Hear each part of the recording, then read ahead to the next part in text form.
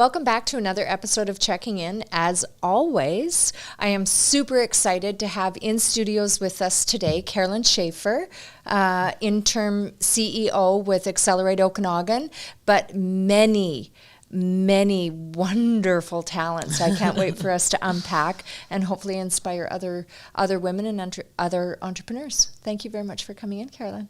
Thank you for inviting me.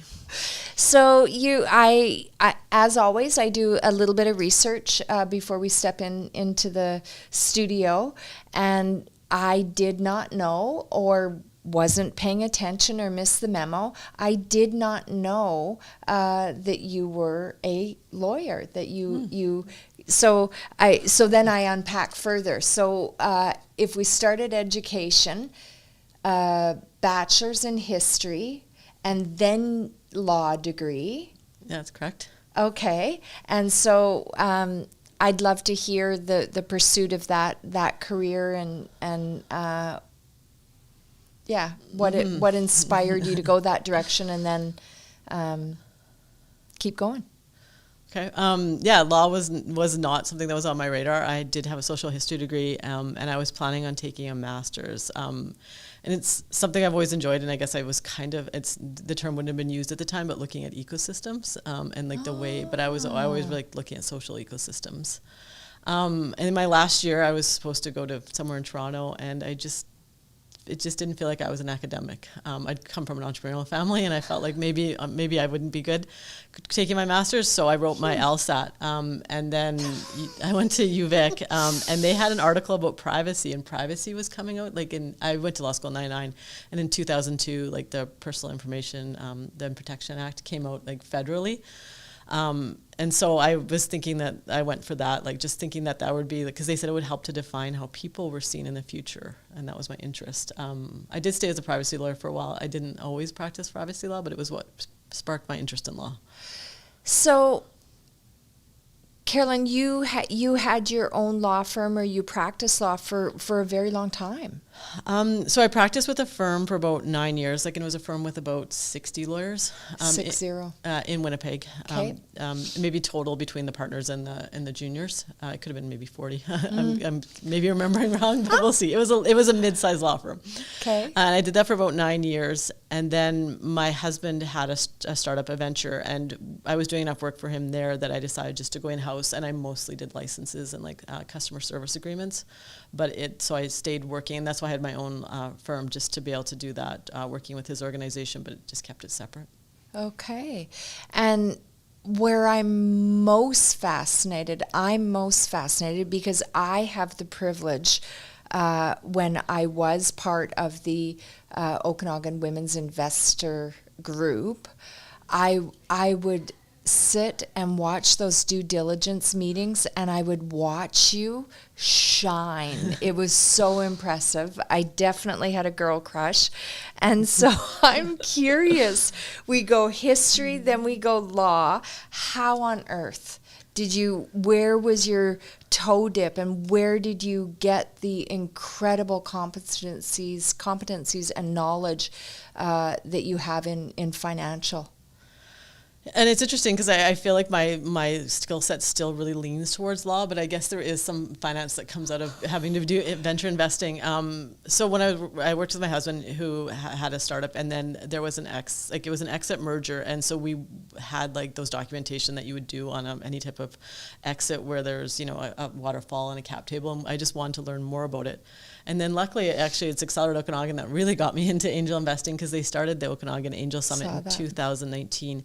And I felt like I had much more of a path to follow, because it is true. And I'm sure you even know when you start angel investing, there's so many specific terms. And as a lawyer, even I hadn't seen a lot of the investment vehicles, which are legal documents, because they're only so specific to angel investing.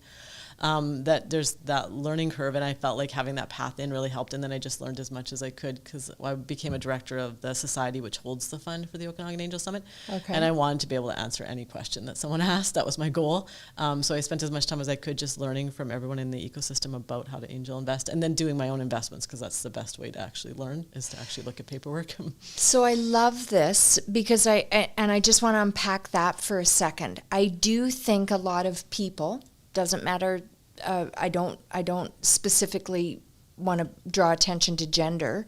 I think many people are scared to step up and take a seat or something, especially when they don't have that absolute knowledge or that absolute confidence to do something. So you were stepping into something, almost building the plane as you're flying it. Mm-hmm. Do you suggest that's a good way to do it? Is that entrepreneurial in nature? Is it?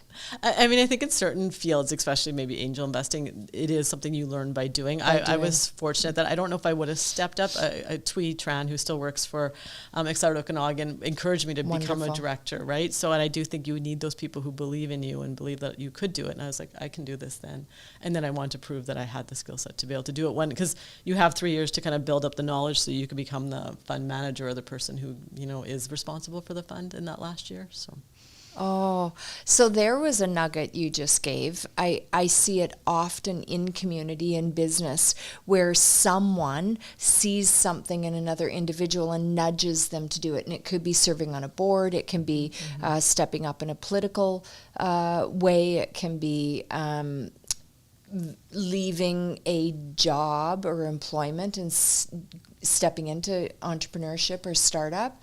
So I think great nugget that you shared is having someone in your corner cheering you on. Mm-hmm. I do think you need those people that believe in you, that suggest. I find that even with the society, we continue to ask people to step up to become director, because I think people don't feel like they have the skill set, but it's supposed to be a training. And there's so many people who have the skill set, they just don't really realize that you can have different skill sets to do certain jobs. So actually, I do want to talk about that one for a second. So that is the, now I can't find it, that's the Accelerate Okanagan Venture Summit. This one, Angel Investment Society. So how many people sit on that?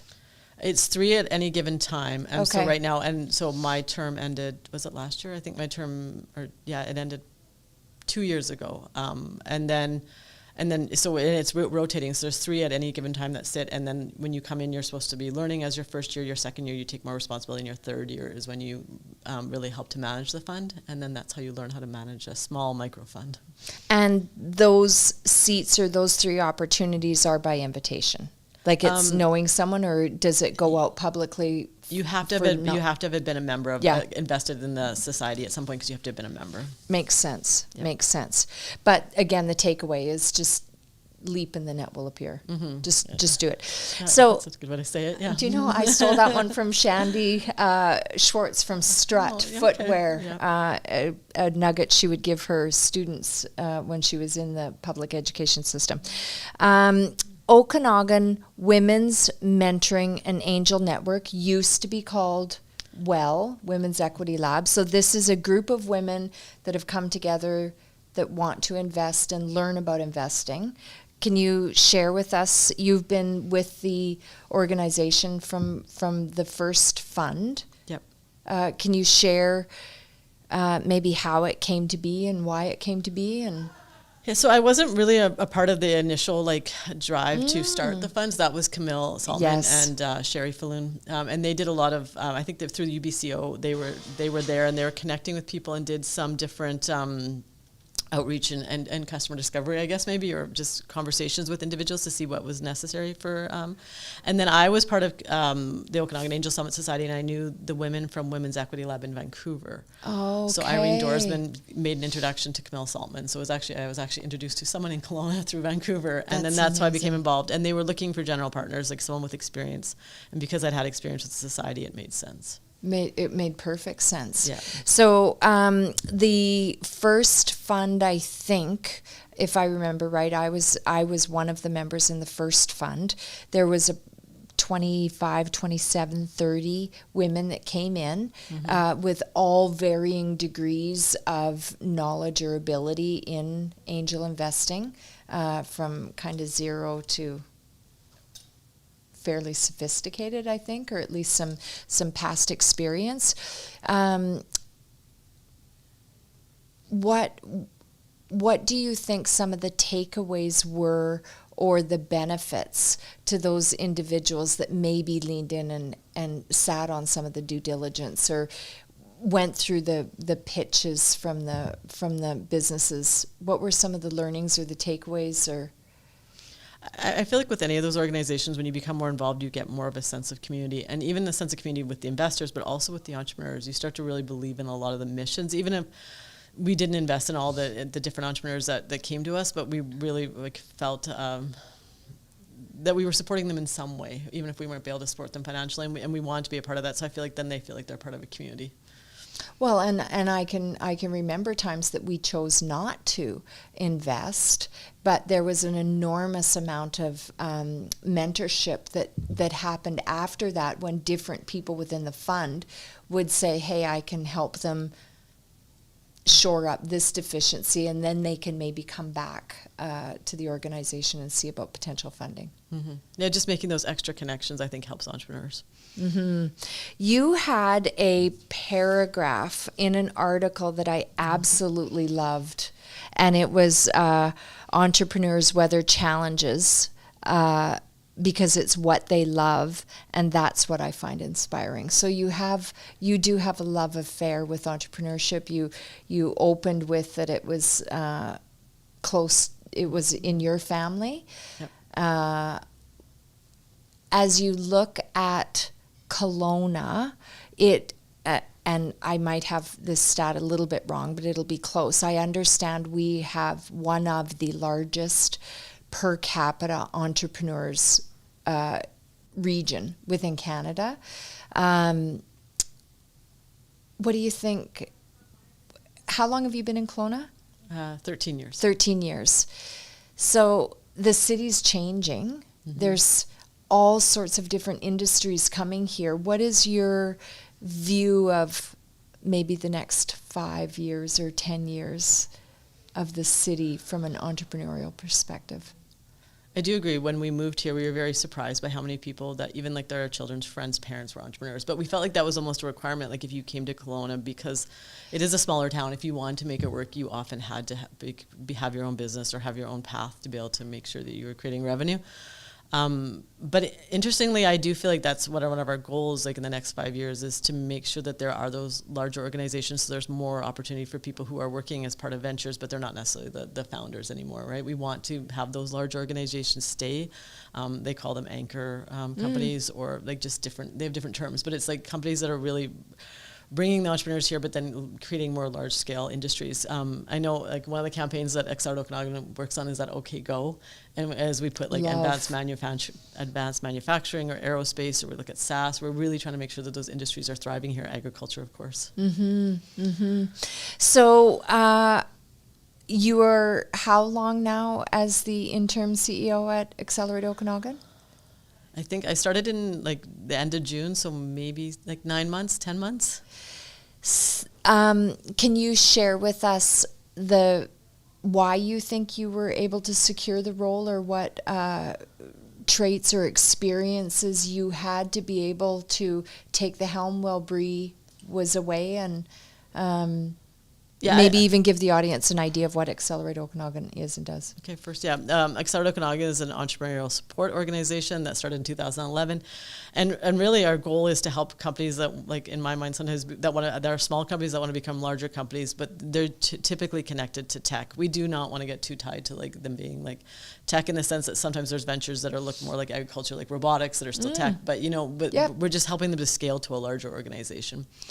And so I think one of the reasons that first of all, my involvement with the society, of course, really helped. But I also think that I just am vested in the entrepreneurial community. And I think that's what they were looking for, was just someone who was really like, I feel like I'm just there to kind of help support the community while Bree's away, like just to hold that role for her. And it's just, as long as I cared about the Accelerate Okanagan and the community, I was able to like keep it stable and have her come back and then take the helm again. Like it was to make sure that it just didn't become too unstable. Mm-hmm. And you're an incredible choice to have in that seat, and I certainly appreciate all the work that Accelerate Okanagan does in assisting companies grow and become bigger. What's next for you? Have you looked up up the road? I haven't looked up the road, and it's interesting because this wasn't something I was looking for either. I wasn't looking for even angel investing. So I do feel it. I think Pamela Pearson said that where sometimes those opportunities just offered to you, and I am one of those people who prefers to wait and see what's offered. I love that. Yeah. Carollynn, thank you so much for coming into studio and sharing your journey with us. I appreciated you coming in and taking your time, and thank you. Yeah, thank you.